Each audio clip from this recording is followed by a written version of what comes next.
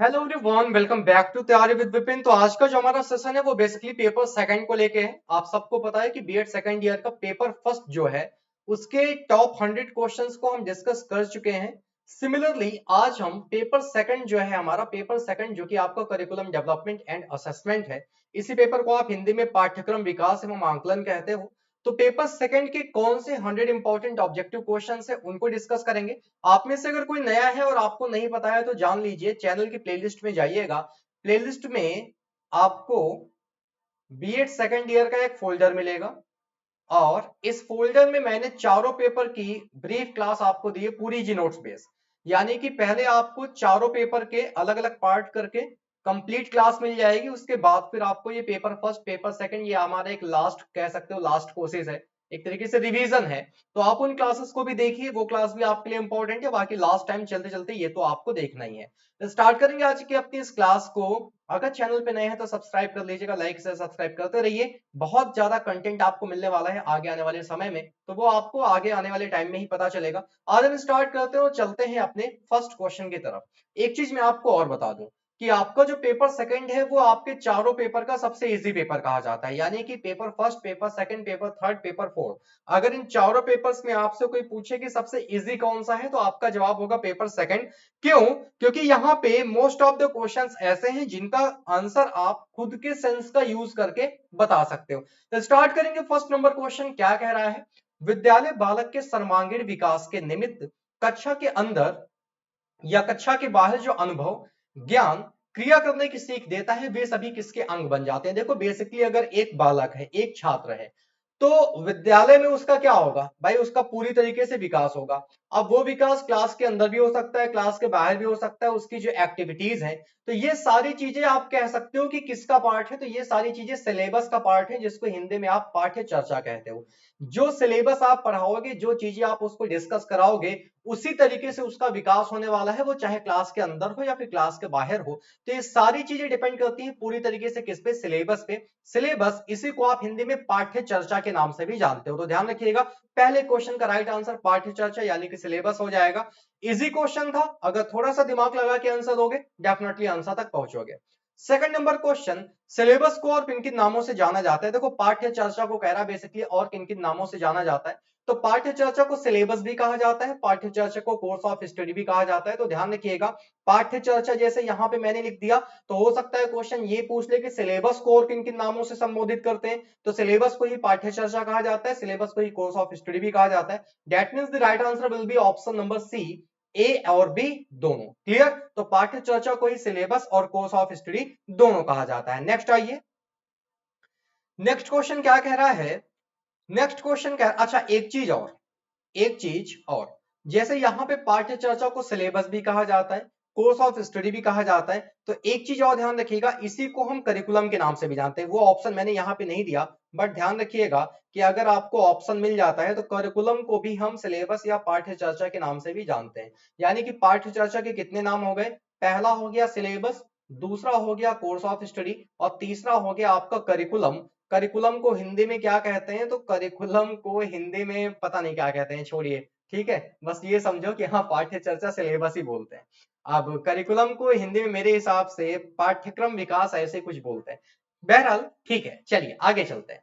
Question number third की बात करें, करिकुलम शब्द किस भाषा के शब्द से बना है? ध्यान रखिएगा, ये लैटिन वर्ड है। करिकुलम की अगर बात की जाए तो करिकुलम आपका लैटिन वर्ड है, ध्यान रखिएगा। नेक्स्ट क्वेश्चन पे आ जाओ। क्वेश्चन पूछेगा कि करिकुलम का शाब्दिक अर्थ क्या है? यानी कि जो पाठ्य चर्चा है इसका शाब्दिक अर्थ क्या है? तो करिकुलम का शाब्दिक अर्थ है दौड़ का रास्ता या फिर दौड़ का क्षेत्र। यानी कि रनवे भी कह सकते हो, रेस कोर्स भी कह सकते हो। तो ऑप्शन ए और बी दोनों ऑप्शन आपके सही हो जाएंगे। क्वेश्चन अगर पूछेगा कि करिकुलम आपका किस भाषा के शब्द से बना है, तो आंसर बताओगे लैटिन वर्ड से बना है। लेकिन अगर पूछेगा कि करिकुलम का शाब्दिक अर्थ क्या है, तो करिकुलम का शाब्दिक अर्थ है रनवे या फिर रेस कोर्स। अच्छा, अगला क्वेश्चन, अगले क्वेश्चन की अगर बात करें तो देखिए अगला क्वेश्चन क्या है?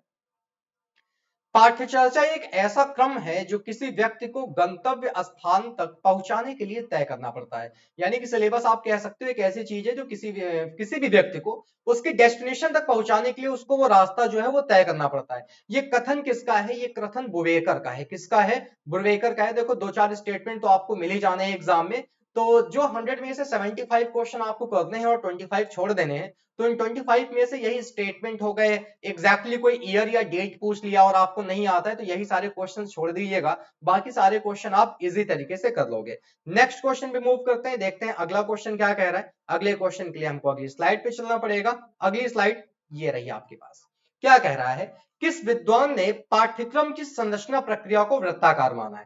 यानी कि क्वेश्चन बेसिकली ये कहना चाह रहा है कि पाठ्यक्रम की जो संरचना है उसको वृत्ताकार का मतलब समझ रहे हो ना, जहां से चलोगे वापस आके वहीं खत्म हो जाएगा, एक सर्कुलर वे। तो सर्कुलर वे में ये व्हीलर के द्वारा माना गया है। देखो नाम ही इनका व्हीलर है। व्हील कैसा होता है, व्हील पहिया, पहिया आपका क्या होता है, वृत्ताकार होता है ना, एक सर्कल के शेप का होता है। तो आप कह सकते हो कि व्हीलर ने ही क्या किया है, पाठ्यक्रम की संरचना को वृत्ताकार माना है। तो इस वृत्ताकार को आप इस व्हीलर से रिलेट कर सकते हो।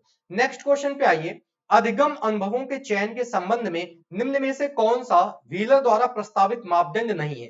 देखिए व्हीलर ने वैधता की बात की थी, विविधता की बात की थी, उपयुक्तता की बात की थी, बट पोषित मूल्य की बात नहीं की थी। तो इस क्वेश्चन का राइट आंसर पोषित मूल्य हो जाएगा। क्वेश्चन पलट के भी पूछा जा सकता है कि अधिगम अनुभवों के चयन के संबंध में निम्न में से कौन सा व्हीलर द्वारा प्रस्तावित मापदंड है। तो अगर मापदंड है की बात की जाएगी तो वैधता, विविधता, उपयुक्तता ये सारे मापदंड हैं, बट पोषित मूल्य आपका मापदंड नहीं है। किसके according, according two wheeler. Next question पे आ जाओ, मूल्य वह है जो मानव इच्छाओं की तुष्टि करे, या परिभाषा किसने दी है, ये स्टेटमेंट अर्बन के द्वारा दिया गया है। अर्बन ने कहा था कि मूल्य वह है जो मानव इच्छाओं की तुष्टि करे, ये परिभाषा अर्बन के द्वारा दी गई है। नेक्स्ट क्वेश्चन, निम्न में से कौन सा मूल्यांकन कार्यक्रम की विशेषता नहीं है। देखो मूल्यांकन कार्यक्रम जानते हो ना, जैसे आप मान लो एक टीचर हो और आपसे कहा जाए कि आपको कॉपियों का मूल्यांकन करना है, कॉपी चेक करनी है, तो कॉपियां चेक करने के लिए कौन कौन सी विशेषताएं हैं जो आप में होनी चाहिए। तो यही आपसे क्वेश्चन जानना चाह रहा है कि मूल्यांकन कार्यक्रम, अब यहाँ पे पर्टिकुलर पूरे मूल्यांकन कार्यक्रम की बात हो रही है, पूरे मूल्यांकन प्रोग्राम की बात हो रही है। तो देखो वस्तुनिष्ठता ऑब्वियस सी बात है होनी चाहिए, व्यवहारिकता भी होनी चाहिए, व्यापकता भी होनी चाहिए। मूल्यांकन कार्यक्रम में जनमत का मत नहीं चलता। जनमत का मतलब समझ रहे हो ना, यानी कि जनता का मत ले लो, तो फिर मूल्यांकन कार्यक्रम का मतलब ही क्या हुआ। मूल्यांकन कोई पर्टिकुलर एक विशेष टीम करती है, कोई इंडिविजुअल पर्सन करता है, यहां जनमत नहीं चलता। इस क्वेश्चन का भी आंसर आप खुद का सेंस का यूज करके दे सकते थे। नेक्स्ट क्वेश्चन, निम्न में से कौन सी सामग्री बालकों को सीखने के लिए राजमार्ग का काम करती है। मुझे बताने की जरूरत नहीं है।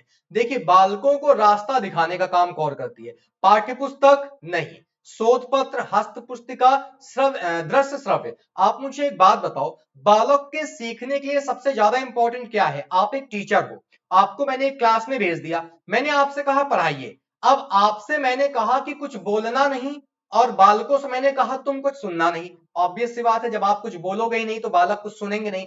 आप केवल लिखते चले जाओ, आप केवल ब्लैक बोर्ड पे लिखते चले जाओ, या फिर आप केवल बच्चों को किताबें बांट दो, आप केवल उनको कॉपियां बांट दो, तो क्या उस तरीके से जो बालक है उनका सर्वांगीण विकास हो पाएगा, नहीं।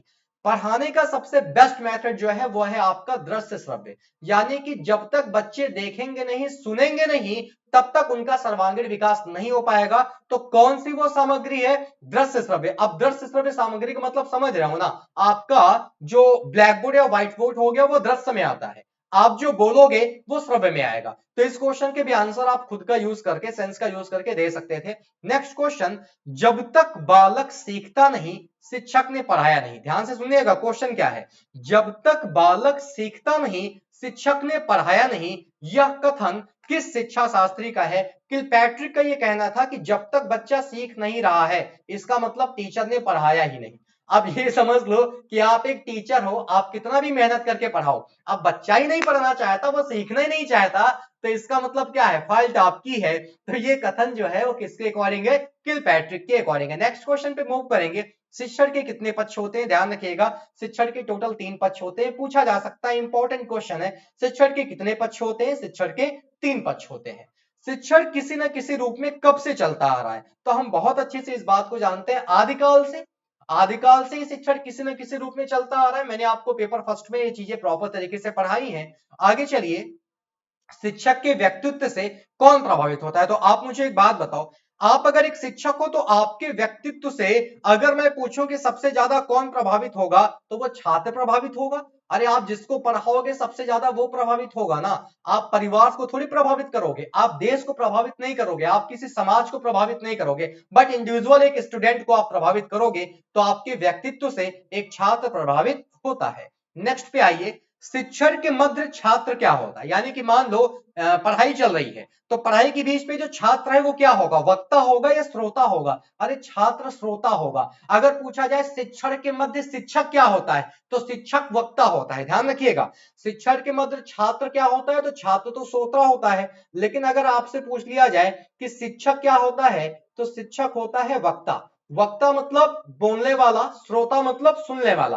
तो पढ़ाई चल रही है तो बोलने वाला टीचर होगा और सुनने वाला आपका स्टूडेंट यानी कि छात्र होगा। तो इस क्वेश्चन का जो राइट आंसर है वो आपका श्रोता हो जाएगा। नेक्स्ट क्वेश्चन पे आइए, अगला क्वेश्चन क्या कह रहा है, पाठ्यक्रम को वास्तविक कार्यात्मक रूप कहां प्रदान किया जाता है? तो आप बताओ, पाठ्यक्रम यानी कि सिलेबस को जो उसका रियल वर्क है, यानी कि सिलेबस का जो मेन काम है, उसका वो मेन काम कहां प्रदान किया जाएगा? अरे क्लास में ना। सिलेबस का डिस्कशन क्लास में करोगे, परिवार में थोड़ी ना करोगे, ऑफिस में तो करोगे नहीं, परीक्षा भवन में तो करोगे नहीं। सिलेबस का कंप्लीट तरीके से जो डिस्कशन है वो क्लास में होगा। 16 का ऑप्शन नंबर सी आपका राइट आंसर। अच्छा, ऑप्शन उल्टा लिखे हुए हैं, ए के बाद सी है, कुल मिला के ये समझो कक्षा में आपका राइट आंसर होगा। नेक्स्ट क्वेश्चन पे आ जाओ, सिलर एवं अलेक्जेंडर ने कितने प्रकार के पाठ्यक्रम बताए हैं? ध्यान रखिएगा, इन्होंने 2 प्रकार के पाठ्यक्रम बताए हैं। किसने? सिलर और अलेक्जेंडर के अनुसार पाठ्यक्रम के टोटल 2 प्रकार हैं।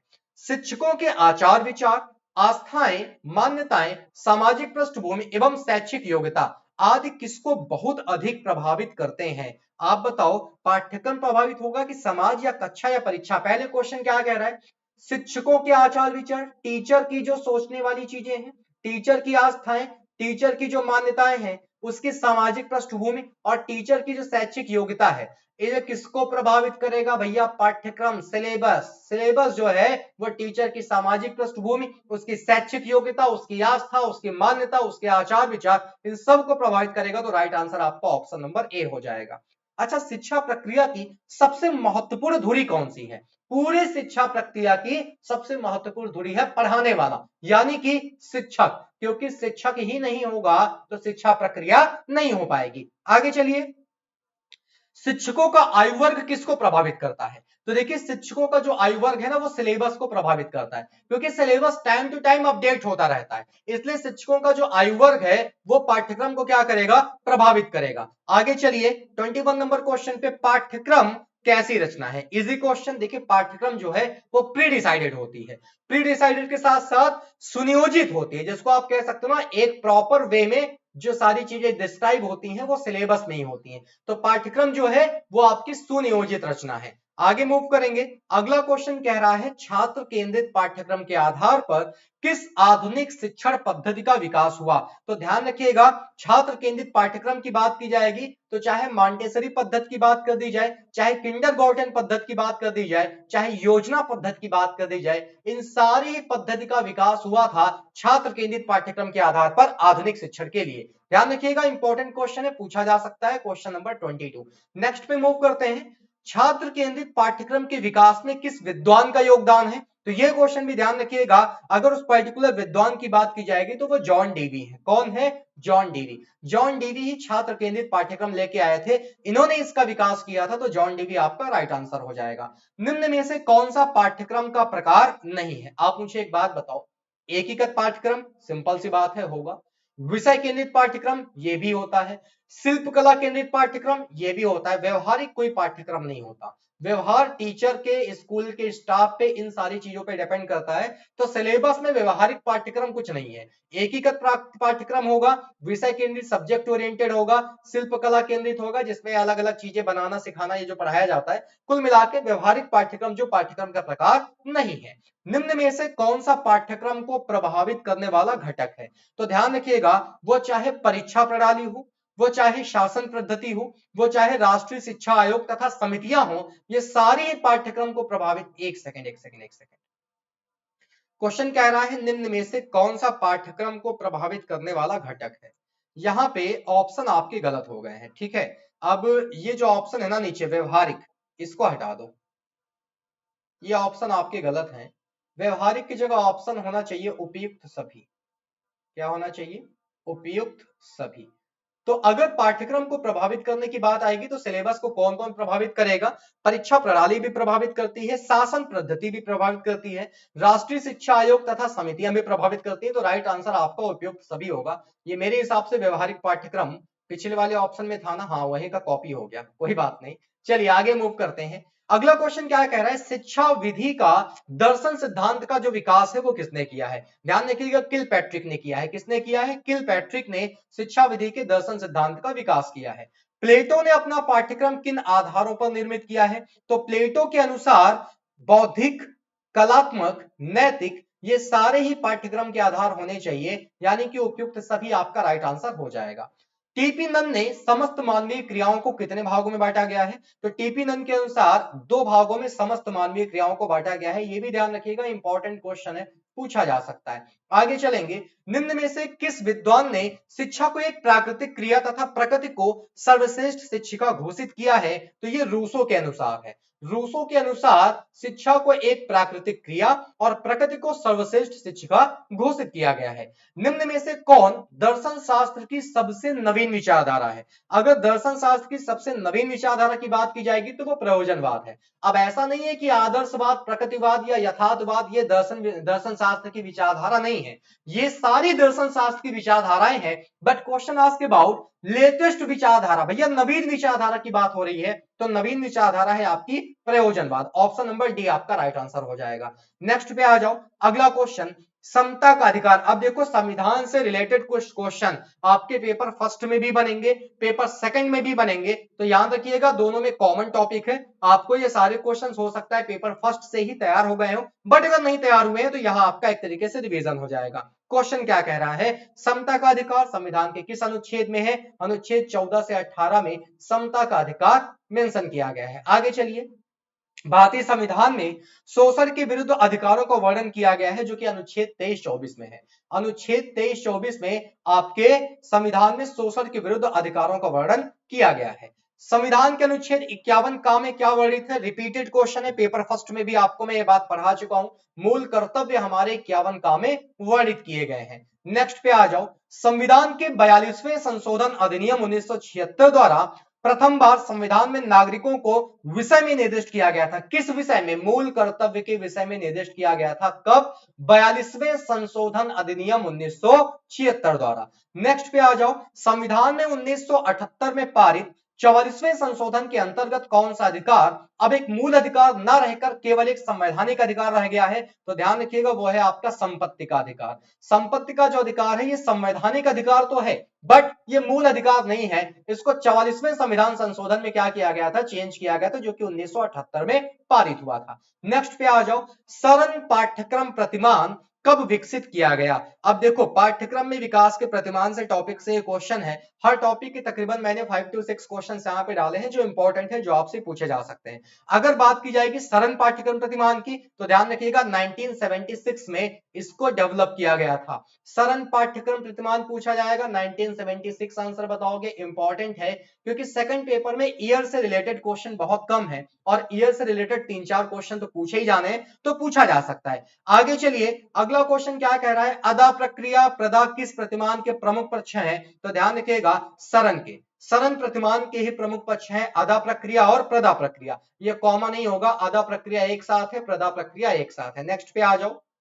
निम्न में से कौन सा प्रतिमान अध्यापकों को पाठ्यक्रम का मुख्य आधार मानता है? तो जमीनी प्रतिमान जो है वो अध्यापकों को पाठ्यक्रम का मुख्य आधार मानता है। देखो प्रतिमान के भी कई सारे अलग अलग टाइप है, सरल प्रतिमान है, सामान्य प्रतिमान है और जमीनी है, प्रशासनिक है। बट ये कह रहा है कि कौन से प्रतिमान में अध्यापकों को पाठ्यक्रम का मुख्य आधार माना जाता है, तो वो आपका जमीनी प्रतिमान है। नेक्स्ट क्वेश्चन पे आ जाओ। निम्न में से जमीनी प्रतिमान का गुण नहीं है। जमीनी प्रतिमान का गुण कौन से हैं ये भी ध्यान रखिए, और कौन से गुण नहीं है ये भी ध्यान रखिए। देखिए जमीनी प्रतिमान में व्यापक प्रतिमान का होना जरूरी है, विशेष समस्याओं का समाधान होना जरूरी है, जमीनी प्रतिमान जो है वो बाल केंद्रित होना चाहिए। तो ये तीन जो है ये तो जमीनी प्रतिमान के गुण हैं, यानी कि अगर इनकी बात की जाए तो ये गुण हैं। लेकिन क्वेश्चन कह रहा कौन सा गुण नहीं है? तो अंतर वस्तु का चयन ये आपके जमीनी प्रतिमान का गुण नहीं है, तो यही आपका राइट आंसर भी हो जाएगा। अगले क्वेश्चन पे आ जाओ। हिल्ड टाबा के पाठ्यक्रम प्रतिमान के सोपानों में कौन सा समाहित नहीं है? ये भी ध्यान रखिए कि हिल्डा टाबा के पाठ्यक्रम प्रतिमान में कौन कौन से सोपान जो है वो समाहित हैं, और ये भी ध्यान रखिए कौन से समाहित नहीं है। सबसे पहला, उद्देश्यों का निर्धारण, ये समाहित है किसके पाठ्यक्रम में? हिल्डा टाबा के। सिज्जड़ अधिगम क्रियाओं के लिए प्रमाण, ये भी आपका शामिल है। ऑप्शन नंबर बी भी आपका शामिल है, यानी कि ए और बी दोनों ही शामिल है। अधिगम को प्रभावित करने वाले घटकों के लिए प्रमाण, ये भी आपका शामिल है। निर्देशन देना, ये आपका शामिल नहीं है, ये आपका शामिल नहीं है। किसके पाठ्यक्रम में? हिल्डा टाबा के पाठ्यक्रम प्रतिमान में। नेक्स्ट पे आ जाइए। शैक्षिक तकनीकी शब्द का सर्वप्रथम प्रयोग किसने किया था? ब्रायन मोर ने किया था। किसने किया था? ब्रायन मोर ने किया था। ऑप्शन नंबर ए आंसर आपका सही हो जाएगा। शैक्षिक तकनीकी का शिक्षण मशीन के रूप में सर्वप्रथम प्रयोग किसने किया था? ये किया था मशीन के रूप में प्रयोग। ऑप्शन आपके यहाँ पे फिर से गलत हो गए, कोई बात नहीं, मैं ऑप्शन आपका चेंज कर देता हूं। एक्चुअल में इस क्वेश्चन का जो राइट आंसर है वो होगा Sydney L précis. Right answer क्या होगा? राइट आंसर होगा आपका सिडनी एल प्रेसे।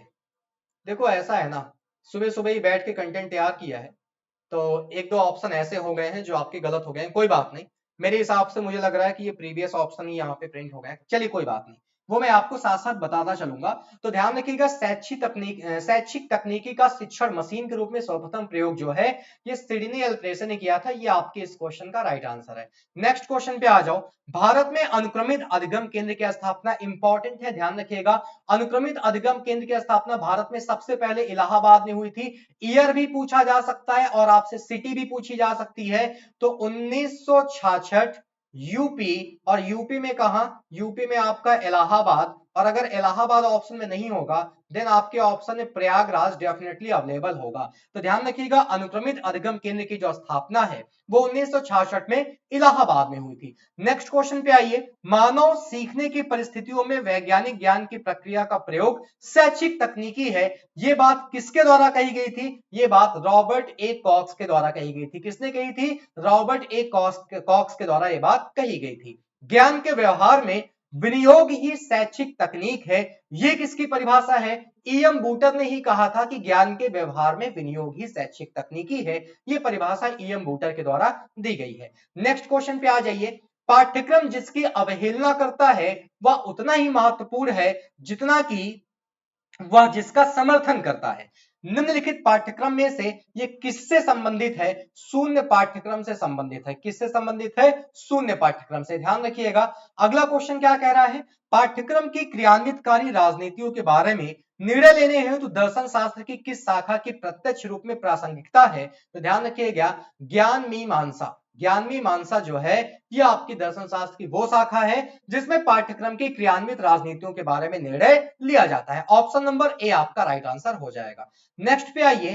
पाठ्यक्रम का विकास आवश्यक रूप से है, ऑप्शन पढ़ोगे खुद आंसर पता चल जाएगा। आप बताओ, पाठ्यक्रम का विकास जो है वो एक अंतहीन प्रक्रिया है। अंतहीन का मतलब जिसका कभी अंत नहीं हो सकता। अगर सिलेबस के अपडेशन की बात की जाए, आज चेंजेस हो रहे हैं और ये जब तक ये धरती है, जब तक ये सृष्टि है तब तक होते रहेंगे। तो पाठ्यक्रम का जो विकास है वो एक अंतहीन प्रक्रिया है। ऑप्शन नंबर ए आपका राइट आंसर हो जाएगा। अगले क्वेश्चन पे आइए। समाज में घटित होने वाले परिवर्तनों की दृष्टि से किसमें गुणात्मक विकास की सतत खोज की जाती है? शिक्षा में। किसमें की जाती है? शिक्षा में समाज में घटित होने वाले परिवर्तनों की दृष्टि से गुणात्मक विकास की सतत खोज की जाती है। आंसर आपका शिक्षा होगा, खुद से भी आंसर दे सकते हो। एक सार्थक पाठ्यक्रम को किसके प्रति उत्तरदायी होना चाहिए? समाज के प्रति होना चाहिए।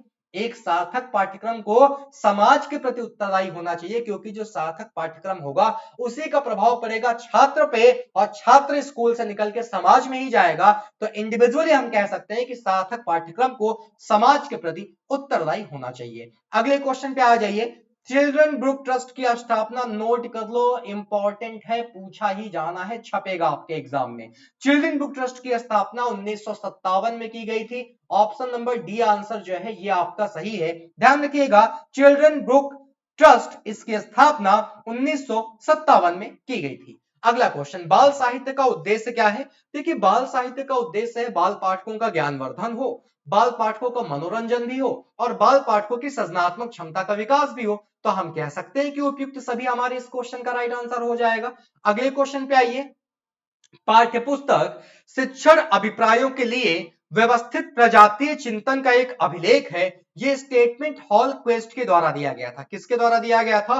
हॉल क्वेस्ट के द्वारा यह स्टेटमेंट दिया गया था कि पाठ्यपुस्तक शिक्षण अभिप्रायों के लिए व्यवस्थित प्रजातीय चिंतन का एक अभिलेख है।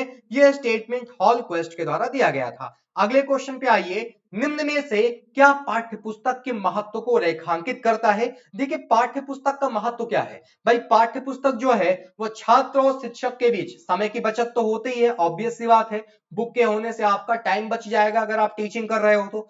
पाठ्य पुस्तकें परीक्षा के समय भी सहायक होती हैं। जैसे आपके पास जो नोट्स हैं वो पाठ्य पुस्तक है, आपका एग्जाम आने वाला है तो आपके लिए हेल्पफुल है कि नहीं है? ऑब्वियसली है। इनके माध्यम से छात्रों की तर्क शक्ति और स्मरण शक्ति का भी विकास होता है, याद करने की क्षमता और आपकी सोचने की क्षमता, मेंटल एबिलिटी जिसको आप तर्क शक्ति कहते हो, तो इन सबका विकास होता है। तो राइट आंसर आपका उपयुक्त सभी हो जाएगा। नेक्स्ट क्वेश्चन पे आ जाओ। निम्न में से कौन सा पाठ्य पुस्तक का प्रकार नहीं है? देखिए संदर्भ पुस्तकें होती हैं, सामान्य पाठ्य पुस्तकें होती हैं, पाठ्यक्रम पर आधारित पाठ्य पुस्तकें होती हैं, लेकिन प्रामाणिक पुस्तकें कोई नहीं होती। तो प्रामाणिक पुस्तकें जो है ना, ये आपके पाठ्य पुस्तक का प्रकार नहीं है, ध्यान रखिएगा। पाठ्य पुस्तक का प्रकार कौन नहीं है? तो प्रामाणिक पुस्तकें आपके पाठ्य पुस्तक का प्रकार नहीं है। नेक्स्ट क्वेश्चन, जीवन में सफलता के कारण क्या है? इस क्वेश्चन का आंसर बताने की जरूरत है क्या? अरे आपको खुद पता है, जीवन में सफलता का केवल और केवल एक कारण होता है, उसका कठोर परिश्रम एवं अध्यवसाय। भाई एक बात बताओ, सफल व्यक्ति के जीवन इतिहास को पढ़ने से सफल हो जाओगे क्या? बिल्कुल नहीं। बहुत ज्यादा पढ़ने में तेज होगे तो ये बिल्कुल जरूरी नहीं है कि सफल ही हो जाओगे। बहुत ज्यादा भाग्य तेज होगा तो सफल हो जाओगे, ऐसा कुछ नहीं है। जितना कठोर परिश्रम और अध्यवसाय होगा उतना ज्यादा आपको सफलता मिलेगी। तो option number C right answer होगा। जीवन में सफल होने पे आप क्या सोचते हैं? ऑप्शन पढ़िए। अब ये जो ऑप्शन है, ये जो क्वेश्चन है, ये मेरे हिसाब से एक्सेप्शनल है, अपवादित है। अब आप कहोगे सर आप ऐसा क्यों बोल रहे हैं? मेरे हिसाब से, आपके हिसाब से या किसी के भी हिसाब से, अगर आप जीवन में सफल हुए हैं तो आप ये तो बिल्कुल ही नहीं सोचोगे कि भाग्य ने साथ दिया तो आप सफल हो गए। आप बिल्कुल नहीं सोचोगे कि भगवान ने कृपा की तो आप सफल हो गए। आप ये भी नहीं सोचोगे कि विरोधी बाधाएं उत्पन्न कर रहे थे इसलिए आप सफल हो गए। केवल और केवल एक बात हमारे माइंड में आनी चाहिए, और वो ये कि हमने श्रम किया है, हमने परिश्रम किया है, हमने मेहनत की है, तब जाके आज हम सफल हुए हैं। तो राइट आंसर क्या होना चाहिए? राइट आंसर होना चाहिए आप अपने श्रम द्वारा सफल हुए हैं। लेकिन आपके इजी नोट्स जो है वहां पे आंसर बताया गया है कि आप भगवान की कृपा से सफल हुए हैं। तो ये एक हंसने वाली बात होगी कि ऐसा क्या है भाई, मैं सफल हुआ हूं तो भगवान की कृपा से थोड़ी ना हुआ हूं। देखो ये सारी कहने की बातें होती हैं कि किस्मत नहीं दे रही है साथ, भाग्य नहीं साथ दे रहा है, भगवान की कृपा होगी। अब ये बताओ, हम तैयारी ना करें, ग्रेजुएशन हो गया बैठ जाए, तो क्या भगवान की कृपा से नौकरी लग जाएगी क्या? ऐसा तो नहीं है ना। मेहनत करोगे तभी तो सफल होगे। मेरे हिसाब से ये होना चाहिए कि आप अपने श्रम द्वारा सफल हुए हैं, बट इजी नोट्स में आंसर गिवन है आप भगवान की कृपा से सफल हुए हैं। तो इसीलिए मैंने कहा ये एक्सेप्शनल क्वेश्चन है। आगे चलिए, जीवन क्या है? अब आप बताओ, आपसे कोई पूछेगा जीवन क्या है तो उससे क्या कहोगे? कि अरे बड़े दुख हैं जीवन में, ऐसा कुछ कहोगे क्या? कि अरे भैया जीवन तो अत्यंत दुखों का सागर है, तो ऐसा तो कहोगे नहीं। जीवन एक निष्फल प्रयास है, ऐसा भी नहीं कहोगे।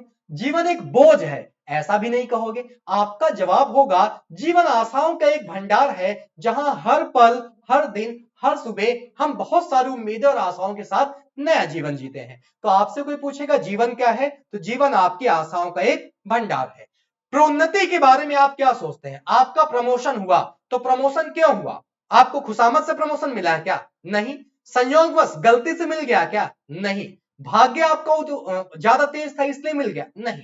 कठिन श्रम आपने किया इसलिए आपको प्रमोशन मिला। तो प्रोन्नति जो है वो कठिन श्रम से मिलती है। आगे चलिए, जीवन को सुखी बनाने के लिए सर्वाधिक महत्वपूर्ण क्या बात है? तो जीवन को अगर आप सुखी बनाना चाहते हो तो उसके लिए सबसे ज्यादा इंपॉर्टेंट है कि अपनी क्षमता के अनुसार काम करो और धैर्य रखो। जितनी क्षमता है उतना ही तो काम करोगे। अब ऐसा तो है नहीं कि क्षमता से ज्यादा काम करने लगोगे। तो अगर जीवन को सुखी बनाना है तो अपने सामर्थ्य के अनुसार कार्य करो और संतोष रखो, पेशेंस रखो। बड़े लोगों के पास अगर पहुंच जाओगे तो जीवन सुखी नहीं हो जाएगा। बहुत ज्यादा धन पैसा आ जाएगा, जीवन सुखी नहीं हो जाएगा। विद्वता आ जाएगी, जीवन सुखी नहीं हो जाएगा। तो जीवन केवल और केवल कब सुखी होगा, जब सामर्थ्य के अनुसार कार्य करोगे और पेशेंस रखोगे, संतोष रखोगे। आगे चलिए, अगला क्वेश्चन क्या कह रहा है, मूल्यांकन की विशेषताओं में कौन सा विकल्प समाहित नहीं है। ये नहीं पूछा है कि कौन सा समाहित है, बेसिकली कह रहा है समाहित नहीं है। Just a minute.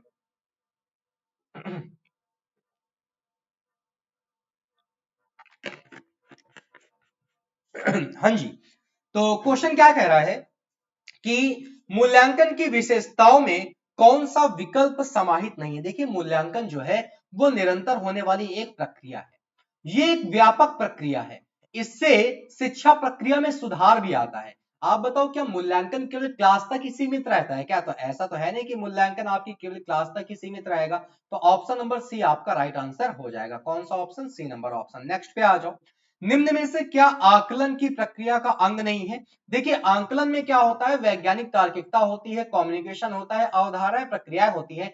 आकलन में छात्र एवं आकलन नहीं होता, वो मूल्यांकन प्रक्रिया का अंग है। आकलन प्रक्रिया का अंग जो है वो आपका छात्र एवं आकलन नहीं है। छात्र एवं आकलन जो है ये मूल्यांकन प्रक्रिया का अंग है। आगे चलिए, एक आदर्श मूल्यांकन की विशेषता नहीं है। आदर्श मूल्यांकन जो है ना, वो उसमें एक वैधता होनी चाहिए, विषयानुकूलता होनी चाहिए, सरलता होनी चाहिए, वस्तुनिष्ठ होना चाहिए। आदर्श मूल्यांकन जो है वो कभी भी विस्तृत रूप में नहीं हो पाएगा। आगे मूव करेंगे, नेक्स्ट क्वेश्चन कह रहा है स्टीफल बमी मॉडल के 4 प्रकारों में से कौन सा एक सत्य नहीं है। तो स्टीफल बमी के टोटल 4 प्रकार आए थे, ध्यान रखिएगा। इन 4 में से मूल्यांकन का कौन सा एक टाइप नहीं सही है? तो ध्यान रखिए, आधा मूल्यांकन जो है ये नहीं सही है। किसके अनुसार? स्टीफल बमी के मॉडल के अनुसार। निम्न में से कौन सा स्टेक मॉडल का एक चरण नहीं है? स्टेक मॉडल में पूर्ववर्ती चरण आए थे, परिणाम चरण आए थे, लेन देन चरण आए थे, बट उत्पाद चरण जैसी कोई चीज नहीं थी। तो यही आपका राइट आंसर हो जाएगा। कौन सा? उत्पाद चरण। आगे मूव करेंगे, निरंतर व्यापक मूल्यांकन पद्धति अभियोग कार्यक्रम कब स्वीकार किया गया? 1992 की बात है। 1992 में कहा गया कि अब भैया निरंतर व्यापक मूल्यांकन पद्धति जो है ये होगी, और इस कार्यक्रम को स्वीकार कर दिया गया। प्रौढ़ शिक्षा को अन्य किस नाम से भी जाना जाता है? पढ़ाया हुआ क्वेश्चन है, पेपर फर्स्ट में आपने प्रौढ़ शिक्षा पढ़ा है। देखिए, प्रौढ़ शिक्षा बेसिकली होती है समाज के लिए, ये एक आधारभूत शिक्षा होती है और ये जीवन पर्यंत चलने वाली शिक्षा होती है। तो आपका राइट आंसर क्या हो जाएगा? उपयुक्त सभी आपके इस क्वेश्चन का राइट आंसर हो जाएगा। अगला क्वेश्चन, शिक्षा जीवन के लिए, जीवन के द्वारा जीवन भर की शिक्षा है, ये कथन किसका है? पढ़ाया हुआ क्वेश्चन है पेपर फर्स्ट का, महात्मा गांधी ने ये बात कही थी। आगे चलिए, अगला क्वेश्चन, केंद्रीय माध्यमिक शिक्षा बोर्ड नई दिल्ली ने कब एक मुक्त विश्वविद्यालय की स्थापना की थी? 1979 में सीबीएसई ने एक मुक्त विश्वविद्यालय की स्थापना की थी। सर्वप्रथम पत्राचार पाठ्यक्रम का आयोजन किसके द्वारा किया गया था? तो यह भी ध्यान रखिएगा, दिल्ली विश्वविद्यालय ने ही सबसे पहले पत्राचार पाठ्यक्रम का आयोजन किया था। किस विश्वविद्यालय ने? दिल्ली विश्वविद्यालय ने। अगला क्वेश्चन, अंग्रेजी शब्द इंटर्न का शाब्दिक अर्थ क्या है? ये क्वेश्चन भी मेरी समझ से बाहर है। इंटर्न का मतलब तो अंदर हो सकता है, बट आपके सिलेबस के अकॉर्डिंग इंटर्न शब्द का जो शाब्दिक अर्थ है वो कैद है। क्या है? कैद है। तो याद रखिएगा, सही भी है। इंटर्न शब्द का जो शाब्दिक अर्थ है वो कैद है। नया व्यवसाय या नौकरी आरंभ करने वाले युवकों के लिए प्रयोग किया जाने वाला शब्द कौन सा है? तो इंटर्न शब्द ही वो है, शब्द है जब कोई एक नया व्यवसाय करता है या नौकरी आरंभ करता है, तो ऐसे युवक के लिए जो प्रयोग किया जाने वाला शब्द है वो शब्द आपका इंटर्न है। नेक्स्ट पे आ जाओ, किस अवधि में सीखी गई मूलभूत सामग्री उनके भविष्य निर्माण में सहायक होती है? तो जैसा भी आपका इंटर्नशिप प्रोग्राम होता है, आपकी टीचिंग में आपका इंटर्नशिप प्रोग्राम होता है, तो इंटर्नशिप में आप जो चीजें सीखते हो वो आपके फ्यूचर के लिए क्या होता है? इंपॉर्टेंट होती है, आपके लिए हेल्पफुल होती है। तो इंटर्नशिप ही वो चीज है जो आपकी मूलभूत सामग्री या फिर यहाँ पे सीखी गई बातें आपके भविष्य निर्माण में सहायक होती हैं। आगे चलिए, इंटर्नशिप किस क्षेत्र के नवागंतुकों के लिए अत्यंत उपयोगी सिद्ध होता है? तो व्यवसायिक, जो बिजनेस वाले लोग होते हैं ना, व्यवसायिक लोग, इनके लिए इंटर्नशिप जो है वो ज्यादा उपयोगी साबित होता है। और लास्ट क्वेश्चन इस पर्टिकुलर इंटर्नशिप टॉपिक का, कि इंटर्नशिप की अवधि कितने माह तक हो सकती है? तो इंटर्नशिप की जो अवधि है वो 5 महीने की होती है। कितने महीने की होती है? 5 महीने की होती है। नेक्स्ट क्वेश्चन पे मूव करेंगे, शिक्षण व्यवसाय किसके सैद्धांतिक ज्ञान को व्यवहार में डालते हैं? तो ध्यान रखिएगा, अगर शिक्षण व्यवसाय की बात आएगी तो ये शिक्षकों के सैद्धांतिक ज्ञान को विकास में डालते हैं। शिक्षण व्यवसाय कौन करेगा? शिक्षक करेगा ना। अरे भाई, पढ़ाना किसका पेशा है? शिक्षक का। तो इसीलिए शिक्षक के सैद्धांतिक ज्ञान को विकास में डालेगा कौन? शिक्षण व्यवसाय। प्रभावी अध्यापकों को शिक्षण में दक्षता प्राप्त करने हेतु किससे परिपूर्ण होना चाहिए? तो अगर कोई एक प्रभावी अध्यापक बनना चाहता है तो उसके अंदर कौशल भी होने चाहिए, स्किल होनी चाहिए, दक्षता भी होनी चाहिए। तो आप कहोगे ए और बी दोनों ही ऑप्शन आपके सही है। नेक्स्ट क्वेश्चन पे मूव करो। अगला क्वेश्चन क्या कह रहा है? इनमें से कौन अपने कार्यों और छात्रों के बीच संबंध को समझ सकता है? तो एक प्रभावी अध्यापक ही है जो अपने कार्य और छात्रों के बीच के संबंध को समझ सकता है। भाई, मैं अध्यापक हूं, मेरे कार्य क्या है छात्रों के लिए, या मेरे और छात्रों के बीच कौन से कार्य होने चाहिए वो मुझसे ज्यादा अच्छे से कौन समझेगा? क्योंकि मैं अध्यापक हूं। तो आपका आंसर होगा प्रभावी अध्यापक। आजकल हमारा उद्देश्य कैसे शिक्षा प्रदान करना है? तो आजकल हमारा उद्देश्य जन शिक्षा प्रदान करना है। ध्यान रखिएगा, आजकल कैसे शिक्षा प्रदान करना हमारा उद्देश्य है? जन शिक्षा प्रदान करना आजकल हमारा उद्देश्य है। हमें जिन अध्यापकों की जरूरत है उनको कैसे प्राप्त किया जा सकता है? तो पहली चीज तो सही शिक्षा से, दूसरी चीज सही प्रशिक्षण से। सही शिक्षा मिलेगी तो आपको सही नॉलेज होगा, और आगे जब आपको सही तरीके से ट्रेंड कर दिया जाएगा, ट्रेनिंग दे दी जाएगी, तो आप एक परफेक्ट टीचर बन जाओगे। इसका मतलब ए और बी दोनों ही ऑप्शन आपके बिल्कुल सही है। अगले क्वेश्चन पे मूव करेंगे। क्या कह रहा है? अगला क्वेश्चन है, किसकी गणना करने में मध्यमान की अपेक्षा कम समय लगता है? देखो, ये आपका एक कह सकते हो सेंट्रल टेंडेंसी। आप सेंट्रल टेंडेंसी की जो मेजरमेंट है, केंद्रीय प्रवृत्ति की मापे आपका टॉपिक है, वहां से क्वेश्चन है। केंद्रीय प्रवृत्ति की कई सारे मापे हैं, वो मापे हैं, उसमें मध्यांक का भी यूज होता है, बहुलांक है, विचलन है, प्रसार है, माध्य है, माध्यिका है, ये सारी चीजें आपको वहां पे मिलेंगी। अब जो इंपॉर्टेंट क्वेश्चन बन सकते हैं वो मैंने यहाँ पे डाले हैं, और ब्रीफ में अगर आपको पढ़ना है तो फिर जो पूरी क्लास आपको करवाई है पेपर सेकंड की, फिर आप उसको अटेंड करिए। क्वेश्चन कह रहा किसकी गणना करने में मध्यमान की अपेक्षा कम समय लगता है? तो ध्यान रखिएगा, मध्यमान के कंपैरिजन में अगर आप मध्यांक निकालोगे ना तो आपको कम टाइम लगेगा। ये मध्यांक कुछ और नहीं, ये मध्यांक आपका माध्य को ही कहा जाता है। औसत जो आप पढ़ते हो, औसत को ही माध्य कहते हैं, मध्यांक कहते हैं, जिसको आप इंग्लिश में एवरेज कहते हो। नेक्स्ट पे आ जाओ। आंकड़ों को दो बराबर भागों में कौन बांटता है? तो मध्यांक जो है वो आंकड़ों को दो बराबर भागों में बांटता है। भाई, मध्यांक का मतलब मध्य, और मध्य से दो भागों में कौन बांटेगा?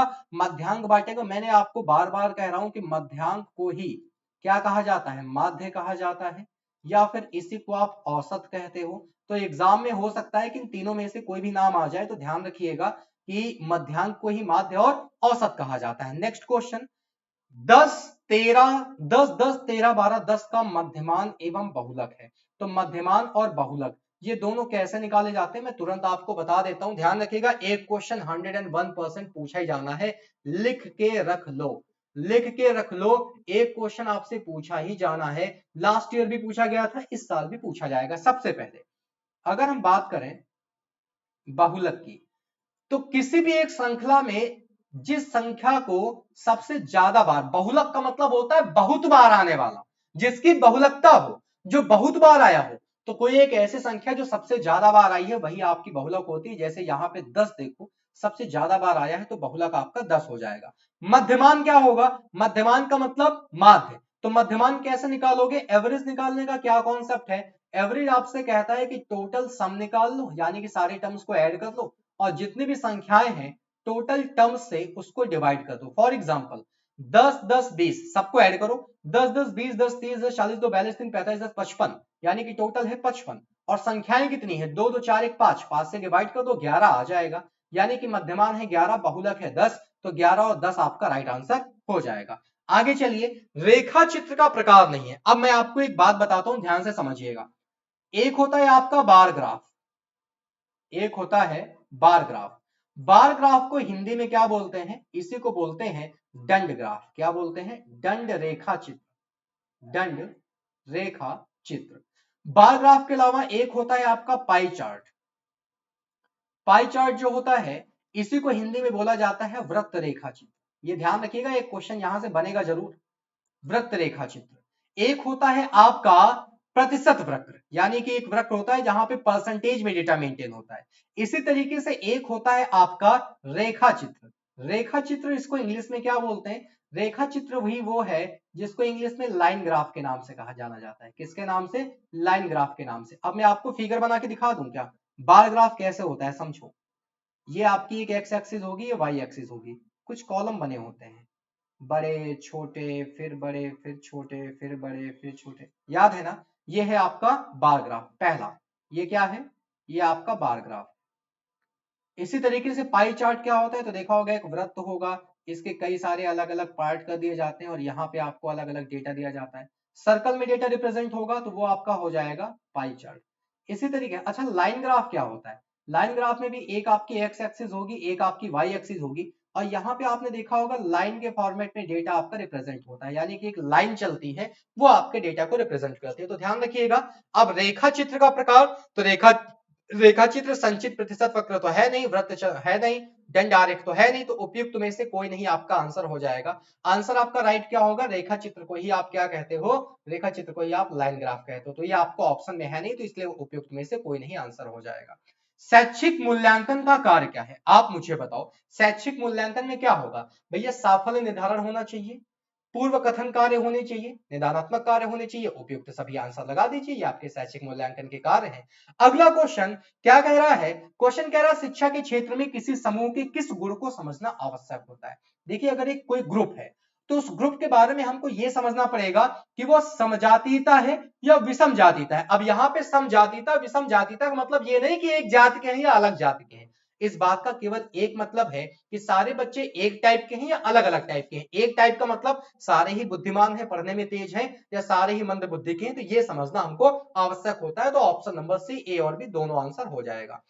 सजातीय समूह के बच्चों को किस समानता के कारण पढ़ाना आसान होता है? सजातीय समूह का मतलब होता है एक टाइप के बच्चे। तो अगर पूरे ग्रुप में जो बच्चे हैं वो सारे ही एक टाइप के हैं, तो एक टाइप के बच्चों में बुद्धि भी होगी, रुचि भी होगी, योग्यता भी होगी, इन सारी चीजों की वजह से उसको पढ़ाना आसान हो जाता है। लेकिन जो विजातीय समूह होता है इनके बच्चों को पढ़ाना कठिन होता है। क्यों? क्योंकि विजातीय समूह के बच्चों में अंतर अधिक होता है। कैसा अंतर? समझ का अंतर, बुद्धि का अंतर हो या योग्यता का अंतर हो, तो ये अंतर अधिक होने की वजह से विजातीय समूह के बच्चों को पढ़ाना और सिखाना कठिन होता है। आगे, विचलन के मापों के विचलन के मापों में सबसे सरल माप क्या है? देखिए सबसे इजी है आपका प्रसार।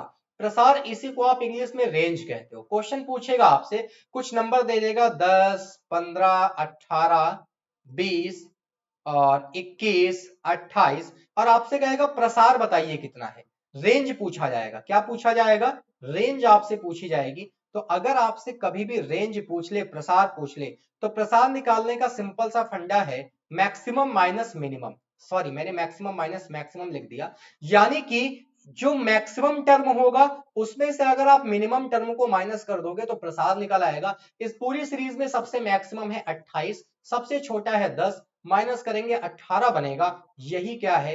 यही आपकी रेंज है। ये आपका राइट आंसर हो जाएगा। आगे चलिए, विचलन के मापों में सबसे सरल माप क्या है? रिपीट हो गया क्या? एक सेकंड एक सेकंड एक सेकंड एक सेकंड। विचलन के मापों के प्रकार की बात हो रही है। मैंने आपको बताया था कि माप के आपके कई सारे प्रकार हैं। प्रसार, मध्यमान विचलन, चतुर्थांश विचलन, उपरोक्त सभी, ये सारे ही आपके विचलन के मापों के प्रकार हैं। मैंने क्वेश्चन गलत पढ़ लिया। विचलन के माप के प्रकार मतलब टाइप पूछ रहा है आपसे। टाइप ऑफ डेविएशन तो ध्यान रखिए, सॉरी टाइप ऑफ वेरिएशन, विचलन को इंग्लिश में वेरिएशन कहा जाता है। तो वेरिएशन के अलग अलग टाइप हैं, चाहे प्रसार का यूज करो, चाहे मध्यमान का यूज करो, चतुर्थांश का भी यूज कर सकते हो, उपरोक्त सभी आंसर होगा। लेकिन अगर पूछेगा कि विचलन के माप में सबसे सरल माप कौन सी है, तो सबसे इजी है प्रसार निकालना। आपने देखा ना, मैंने अभी आपको बताया प्रसार निकालना सबसे आसान है। मैक्सिमम उठाओ, मिनिमम उठाओ, माइनस कर दो, तो सबसे इजी जो है वो आपका प्रसार है। आगे चलिए, क्या कह रहा है? शिक्षा तथा मनोविज्ञान में कार्य कारण संबंधों को समझा जा सकता है किससे? देखो, कार्य कारण संबंधों को शिक्षा और मनोविज्ञान के बीच, तो कार्य और कारण के बीच के संबंध को अगर समझना है तो वो सह संबंध सिद्धांत से होगा। सह का मतलब हम आपसे, आप हमसे, तो सह सिद्धांत संबंध से हम शिक्षा और मनोविज्ञान में कार्य कारण संबंधों को समझ सकते हैं। नेक्स्ट क्वेश्चन, सह संबंध विधि का उपयोग किया जाता है, तो शैक्षिक समस्या के अध्ययन में सह संबंध विधि का उपयोग किया जाता है। अगला क्वेश्चन क्या कह रहा है? दो चल राशियों का पारस्परिक संबंध क्या कहलाता है? ऑब्वियस सी बात है, पारस्परिक का मतलब म्यूचुअल, और म्यूचुअल संबंध को ही हम सह संबंध कहते हैं, यानी कि दो चल राशियों का पारस्परिक संबंध ही सह संबंध कहलाता है। नेक्स्ट क्वेश्चन, किससे यह ज्ञात होता है कि दो गुण कितनी मात्रा में एक दूसरे पर निर्भर हैं? तो ध्यान रखिएगा, सहसंबंध से ही ये ज्ञात होता है कि दो गुण कितने अलग अलग मात्रा में एक दूसरे पर निर्भर हैं। और अगला क्वेश्चन है, सहसंबंध का उद्देश्य दो चल राशियों में पाई जाने वाली संबंध की मात्रा का पता लगाना होता है। ये कथन किसका है? ये फर्ग्यूसन का कथन है। किसका कथन है? फर्ग्यूसन का कथन है। तो 95 के बाद आगे मूव करते हैं 96 नंबर क्वेश्चन पे। लिखा हुआ है सामान्य संभावना वक्र की आकृति कैसी होती है? तो ध्यान रखिएगा, जो ये आपका सामान्य संभावना वक्र होता है ना, ये आपका घंटाकार होता है। कैसा होता है? घंटाकार होता है। तो राइट आंसर आपका ऑप्शन नंबर सी हो जाएगा। अगला क्वेश्चन, सामान्य संभावना वक्र के लिए हमेशा ध्यान रखिएगा, माध्य, माध्यिका और बहुलक तीनों आपस में बराबर होते हैं। माध्य, माध्यिका, बहुलक तीनों आपस में इक्वल होते हैं। सामान्य संभावना वक्र के लिए विषमता गुणांक का मान जो है ये शून्य होता है, ये भी ध्यान रखिएगा। सामान्य संभावना वक्र के लिए विषमता गुणांक का मान शून्य होता है। नेक्स्ट क्वेश्चन, सामान्य संभावना वक्र किसके समांतर होता है? तो ये एक्स अक्ष के अंतरस्पर्शी होता है। एक्स अक्ष के अंतरस्पर्शी होता है सामान्य संभावना वक्र। And the last question of this class is, सामान्य संभावना वक्र का प्रतिपादन सर्वप्रथम किसने किया था? तो ये डी मायवर ने किया था। आई होप कि आपको ये क्लास अच्छी लगी होगी। अगर अच्छी लगी है तो लाइक कर दीजिएगा, चैनल पे नए हैं तो सब्सक्राइब कर लीजिएगा और शेयर जरूर कर दीजिएगा मैक्सिमम लोगों को। मुझे मैक्सिमम व्यूज चाहिए, आपके मैक्सिमम लाइक चाहिए। बीएड की सीरीज के बाद हम स्टार्ट करने वाले हैं टेट, सी टेट और सुपर टेट के लिए आपकी अलग अलग क्लासेस। तो बहुत कुछ आपको मिलने वाला है। एंड डेफिनेटली मैं आपको आज एक चीज बहुत ही क्लियर बता देता हूँ, ये जो चीजें मैं आपको पढ़ा रहा हूँ ये मेरा मेन सब्जेक्ट नहीं है। मैं एक दिन लाइव आके आपको सारी चीजें बताऊंगा अपने बारे में कि मैं कौन हूं और क्या मैं आगे आपको पढ़ाने वाला हूं। ठीक है, अभी तो ये एग्जाम के पॉइंट ऑफ व्यू से इंपॉर्टेंट है तो मैं आपको कंटेंट दे रहा हूं। तो ऐसे ही पढ़ते रहिए, हंसते मुस्कुराते रहिए। नेक्स्ट सेशन में आपसे मुलाकात होगी पेपर नंबर 3 के टॉप 100 क्वेश्चंस के साथ। पढ़ाई बेहतरीन करिए। एडमिट कार्ड आपके आ गए हैं, कॉलेज जाकर एडमिट कार्ड ले लीजिए और पहली तारीख से जम के एग्जाम दीजिए। 90% से कम रिजल्ट नहीं आना चाहिए, because your paper is objective, descriptive नहीं है, ऑब्जेक्टिव है। चीर के रख देना, 90% से कम रिजल्ट नहीं आना चाहिए। Okay, so take care, bye bye, मुलाकात होगी आपसे अगले सेशन में।